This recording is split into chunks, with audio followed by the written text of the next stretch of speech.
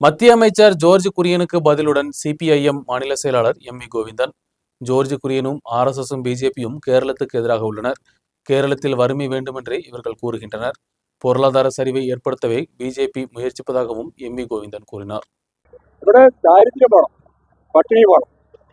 ആ പട്ടിണിയിലേക്ക് കേരളത്തെ നയിക്കാൻ സാധിക്കുന്നില്ലെങ്കിൽ നമുക്ക് ഒരു ആനുകൂല്യവും തരില്ല എന്നാണ്. അങ്ങനെ ഒരു ആനുകൂല്യം കേരളത്തിന് വേണ്ട. കേരള ജനങ്ങൾ ഒറ്റക്കെട്ടായിട്ട് ഇതിനെതിരായിട്ട് നിൽക്കണം. ഇത് കോൺഗ്രസോ മാർക്സിസ്റ്റോ ബിജെപിയോ ലീഗോ ഒന്നും അല്ല പ്രശ്നം. കേരളത്തെ ഒരു തരത്തിലും അനുവദിക്കില്ല. അത് സാമ്പത്തിക പ്രതിരോധം മാത്രമല്ല, ആശയതലത്തിലും അത് തന്നെയാണ് ഇത് ഉദ്ദേശിക്കുന്നത്. അപ്പൊ ഇത്തരത്തിലുള്ള തെറ്റായ പ്രവണതകൾക്കെതിരായി ജനങ്ങളായ ഒറ്റക്കെട്ടായിട്ട് മുന്നോട്ട് സിപിഐഎം മാത്രമല്ല, എല്ലാവരും കേരളീയരായ മുഴുവനാളുകൾ ടി പത്മനാഭൻ ഉൾപ്പെടെയുള്ള പ്രശസ്ത എഴുത്തുകാരികൾ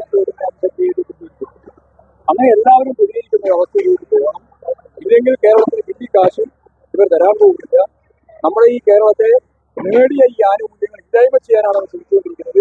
ഇന്നിപ്പോഴും ധനകാര്യ വകുപ്പ് മന്ത്രി മുഖ്യമന്ത്രി പറഞ്ഞതുപോലെ നിങ്ങൾ ചില്ലിക്കാശ് തന്നില്ലെങ്കിലും കേരളത്തിന്റെ സ്വന്തം കാര്യം കൊണ്ടുകൊണ്ട് കേരളം ചൂണ്ടിക്കാണിച്ച എല്ലാ പദ്ധതികളും പരിപാടികളും ഞങ്ങൾ ജനക്ഷേമപരമായി നടപ്പിലാക്കി മുന്നോട്ടേക്ക് പോകും എന്ന് തന്നെയാണ് മുഖ്യമന്ത്രിയും അതുപോലെ തന്നെ ധനകാര്യ വകുപ്പ് മന്ത്രിയും സിപിഐയും ഉറപ്പായിട്ട് പറയാം. നിങ്ങൾക്ക് എന്തെങ്കിലും പറയുന്നുണ്ടോ? 60% ജനങ്ങൾക്ക് തൊഴിലില്ലാതാവില്ല. വാങ്ങൽ ശേഷി എന്ന് പറയുന്ന സാധനം ഇല്ലാതിരിക്കുക. കാരണം തൊഴിലില്ലാതിരിക്കുമ്പോൾ വരുന്ന വാങ്ങാൻ ഉപജീവനം മുന്നോട്ടേക്ക് കൊണ്ടുപോകാൻ സാധിക്കാതിരിക്കുക. സംഘർഷമില്ലാതിരിക്കുകയും വാർത്താ സമരത്തിലൂടെ നിലനിൽക്കുന്ന സമ്പദ് വ്യവസ്ഥയെ മാറ്റാതെ ലോകത്ത് ഒരു രാജ്യത്തും മുന്നോട്ടേക്ക് പോകാൻ കഴിയാത്ത സാഹചര്യം വരുന്നതിനുള്ള ഒരു ഇടവഴിയാണ് ഈ ഉൾപ്പെടെ ഞാൻ പറഞ്ഞത്.